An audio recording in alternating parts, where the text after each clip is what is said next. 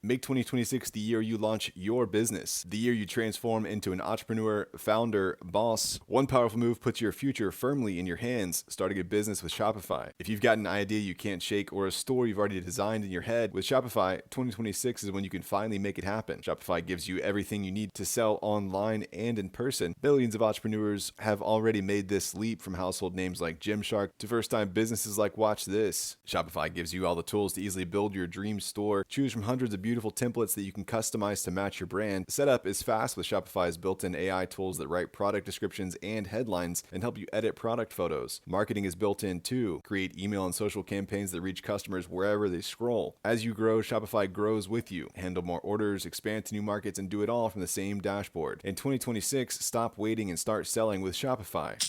Sign up for your $1 per month trial and start selling today at shopify.com/DCR. Go to shopify.com/DCR. That's shopify.com/DCR. Hear your first this year with Shopify.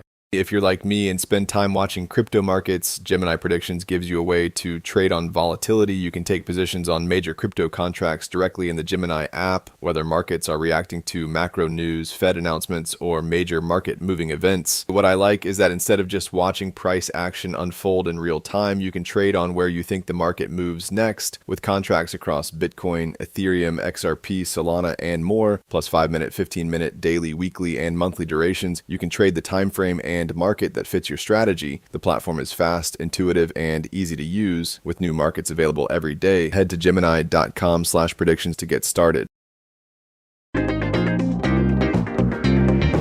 It's 8 a.m. Eastern, June 1st, and this is your daily crypto report. Bitcoin is down slightly at $72,374. Ethereum is down slightly at $1,979. BNB is down slightly at $696. Strategy sold 32 Bitcoin for about $2.5 million between May 26th and May 31st, marking its first Bitcoin sale since December 2022. The company said the proceeds will help fund preferred stock distributions, a move executives had already flagged as possible to cover STRC dividends. Strategy now holds 843,706 Bitcoins with an implied paper loss of about $2.9 billion at current prices. Saylor has tried to reassure investors, saying Strategy remains a net accumulator and plans to buy 10 to 20 Bitcoin for every one it sells. The company also sold about $128 million of MSTR shares last week and recently expanded its capital raising programs with another $21 billion of MSTR, $21 billion of STRC preferred stock, and $2.1 billion of STRK. Strategy also repurchased $1.5 billion of 2029 convertible notes funded from cash reserves, leaving its USD reserve at $900 million.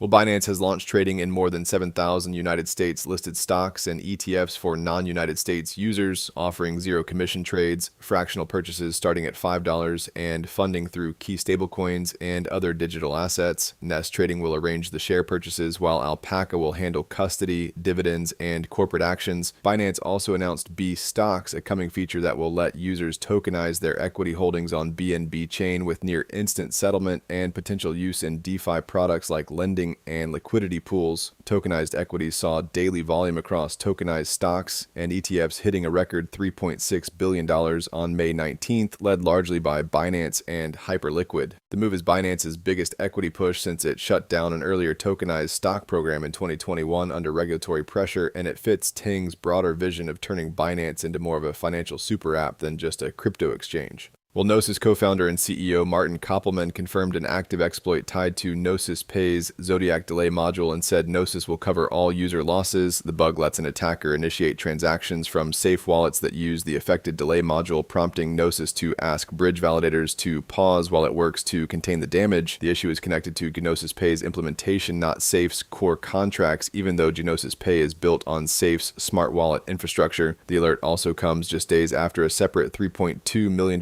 exploit hit 86 Gnosis safe wallets through a vulnerable third-party Squid Router module, adding to concern around wallet modules and permission layers rather than Safe itself. Well, a developer has helped unlock roughly 1,003 ETH that had been trapped for 9 years in Hongcoin's 2016 ICO contract after a failed token sale bug blocked refunds to most investors. The dev did not hack the contract unilaterally. He contacted the Hongcoin team, tested the process on a Foundry mainnet fork, and the team's multisig signed the unlock transactions over about a week. In total, 48 original investors can now claim funds. 2 investors have already claimed 96.5 ETH and voluntarily sent the dev, who goes by Florent, a white hat reward, though he took no fee or commission. Florent said hackers likely ignored the contract because the exploit could only return ETH to original investors, not steal it. He found the contract using a self-hosted Ethereum node and a scanner for contracts holding more than 100 ETH, with AI helping sort and cluster contracts but not reliably analyzing the vulnerabilities themselves. The recovery lands amid a broader wave of DeFi exploits. And finally, the SEC sued Nathan Fuller, founder of Privy Investments, for allegedly raising over $12 million from roughly 150 investors by falsely pitching AI-powered crypto arbitrage bots that supposedly delivered 40% to 50% returns in 30 to 45 days, with some investors promised more than 100% profit in as little as 21 days. According to the SEC, the bots had no real AI functionality. Only about $380,000, roughly 3% of investor funds, was used to buy crypto, and the trading generated no profit. Fuller allegedly kept at least $6 million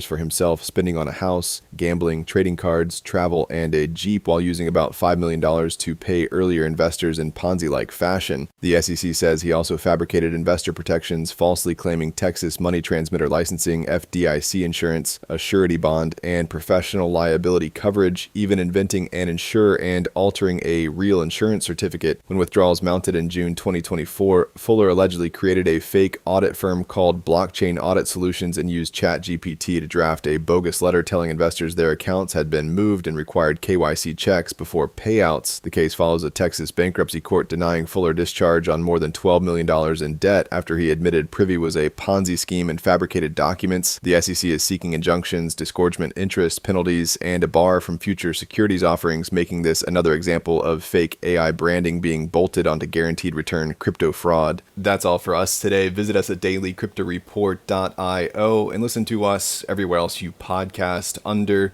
Daily Crypto Report.